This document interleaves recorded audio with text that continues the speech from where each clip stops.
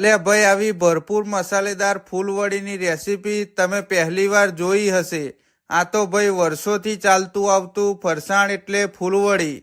કેટલાય દિવસથી કોમેન્ટો આવતી હતી કે ફૂલવડીની રેસીપી બતાવો, તો મારે સ્પેશિયલ તમારી માટે ફૂલવડી બનાવવી પડી.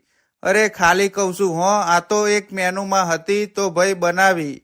મેં તો ભાઈ ફૂલવડીમાં મન મૂકીને મસાલા વાપર્યા છે. અને ટેસ્ટની વાત કરીએ તો આહાહાહા, તીખી મીઠી વાત જ અલગ છે. તમને બધાને તો મોંમાં પાણી આવી ગયું. બોલો, સાચું કીધું ને? મેં તો ખાલી ખીરું તૈયાર કર્યું છે.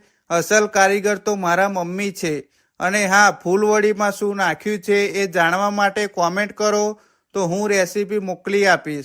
અને તમે પણ ઘરે બનાવો અમારા જેવી મસાલેદાર ફૂલવડી.